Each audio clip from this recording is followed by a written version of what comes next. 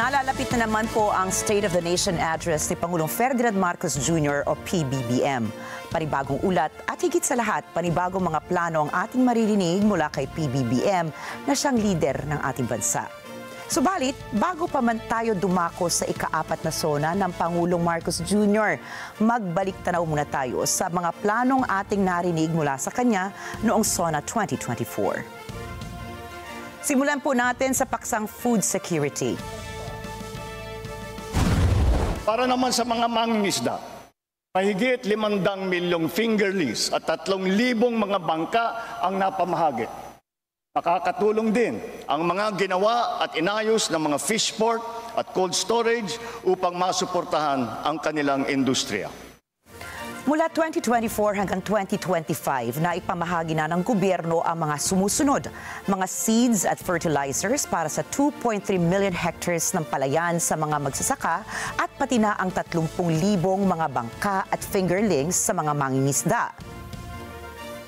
Naipamahagi ang bakuna sa 5 milyong baboy mula 2024 hanggang 2025 na nagligtas umano ng estimated 20 billion pesos na halaga ng livestock kontra African swine fever.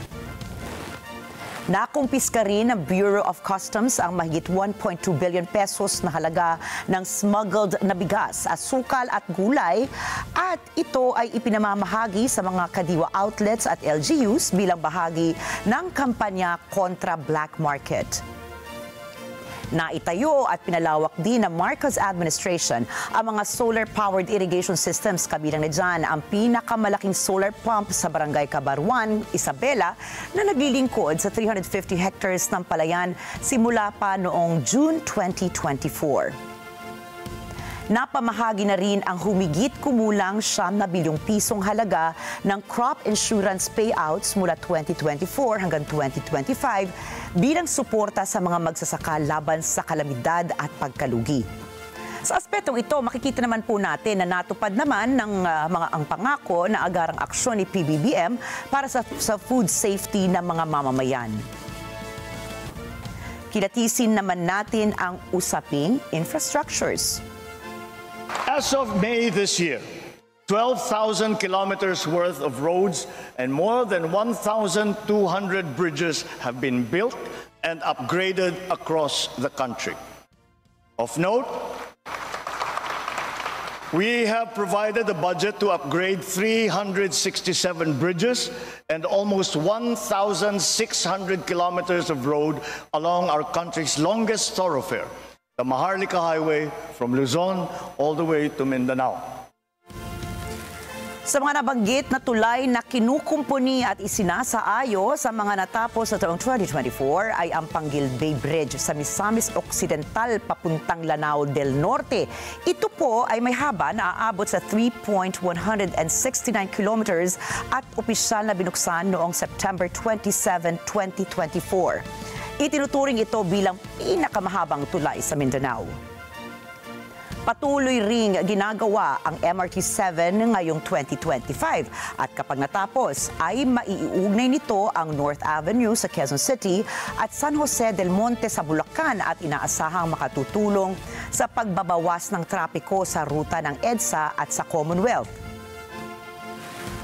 Ating silipin naman po ang usapang pangkalusugan na nabanggit din noong nakaraang SONA.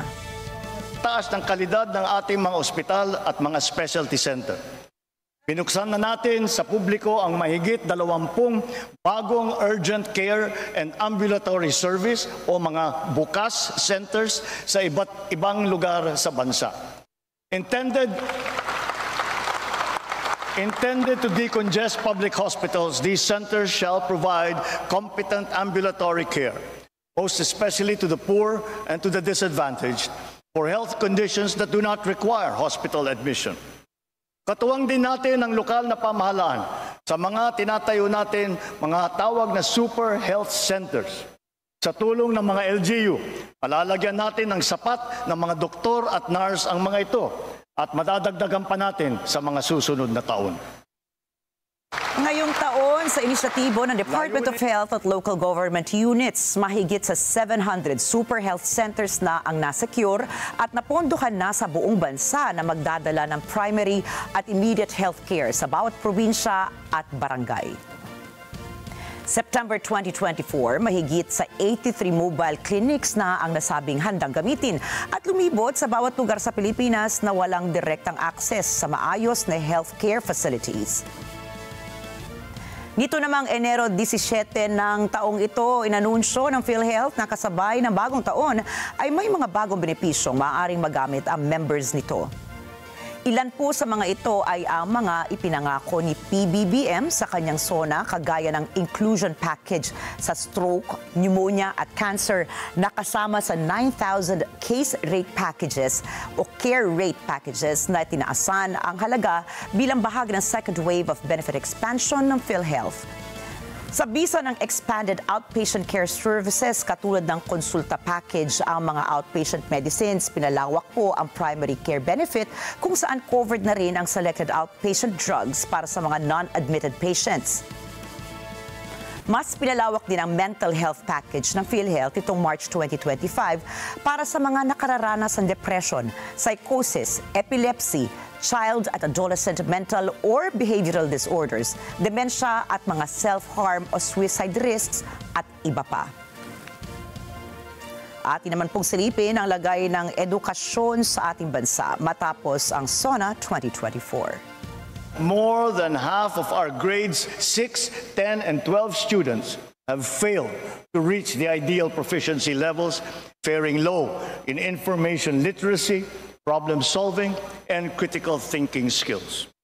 Therefore, our National Learning Recovery Program must proceed without the slightest disruption, especially in basic education. Our system of education must be strategically calibrated to make sure that our youth are not only taught to become literate, but it has also consciously developed them into problem solvers and into critical thinkers, hungry for success, ready for the future. Similarly, as we relentlessly address the classroom gap, the digital gap must also be bridged with equal intensity. We are working towards the day when all students will be equipped with computers, smart TVs, essential programs, digital books. Ang batas na ito ay magbibigay ng teaching allowance na 5,000 pesos kada guro sa school year 2024 to 2025 na susundan ng 10,000 piso sa school year 2025 to 2026 at sa mga susunod pang taon. Bagaman may natataga na ganitong mga batas, matatanda ang binawasan ng budget ng Department of Education ng 12 billion pesos na maaari sanang magamit para sa pagpundar ng mga computers at facilities para sa mga estudyante, ayon po kay DepEd Secretary Sonny Angara. Lumabas din sa parehong taon ang result ng Program for International Student Assessment kung saan pangalawa sa dulo ang mga Pilipinong estudyante pagdating sa creative thinking. At kamusta naman kaya ang lagay ng job employment ng ating mga kababayan? Meron ding napipintong aumento sa sweldo na makukuha nila sa 4 na tranche. Naglaan na po tayo ng pondo para dito simula sa taong ito at sa mga susunod na taon. Furthermore, we have extended the services of our job order and contract of service personnel working in government. This will also afford them ample opportunity to work on their civil service eligibilities while gaining additional relevant experience and training to upgrade their employment qualifications. Our aggressive infrastructure development, business-friendly policies, investment and export promotions, foreign visits, and economic missions are all aimed at generating not just jobs, but quality and competitive jobs. Ayon sa datos itong Mayo, bumaba sa 3.9% o 2.3 million na dating 4.1% o 2.6 million na mga Pilipinong walang trabaho. Lumalabas din na sa 49.2 million employed, 20 million dito ay mga informal workers.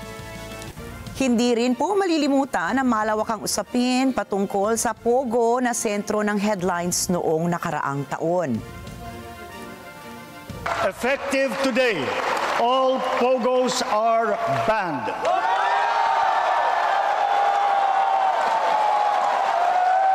To wind down and cease the operations of Pogos by the end of the year. The DOLE, in coordination with our economic managers, shall use the time between now and then to find new jobs for our countrymen who will be displaced.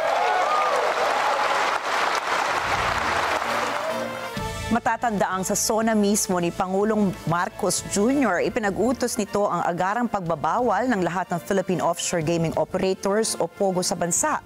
Inihayag ng Pangulo na ang POGO ay nagdudulot na malawak na paglabag sa batas, kabilang na ang human trafficking, money laundering, prostitusyon, kidnapping at iba pang uri ng krimen. Inatasan ng Pangulo ang Philippine Amusement and Gaming Corporation o PAGCOR na itigil ang operasyon ng lahat ng POGO bago matapos ang taong 2024. At ang Department of Labor and Employment o DOLE na tulungan ang mga manggagawang Pilipinong nawala ng hanap buhay dahil sa pagbabawal ng POGO. Noong November 2024, formal na ipinatupad ang Executive Order No. 74, ang pagbabawal ng offshore at internet gaming operations kung saan kabilang po dyan ang POGO. Patuloy na nakikipagtulungan ang mga ahensya ng gobyerno upang patuloy na maisara ang POGO at mapigilan ang mga iligal na operasyon. Sa darating na SONA, inaasahan ng lahat na mababanggit ang mga kasalukuyang suliranin na hinaharap ng ating mga kababayan. Ilan po dito ay ang pangamba ng karamihan sa parating na taripa ng Amerika sa ating bansa na magiging epektibo sa August 1. Inaasahan din na matatalakay ang mga flood control projects na hindi rin nagparamdam nitong mga nagdaang bagyo. Makalipas ang isang taon, mas marami pa rin mga Pilipino ang hindi nakadarama sa lahat ng mga pagbabagong ipinangako na hanggang ngayon ay tila napako. Kaya naman, SONA naman ngayong taon ay masiguro nang hindi magmintis ang mga pangakong matamis.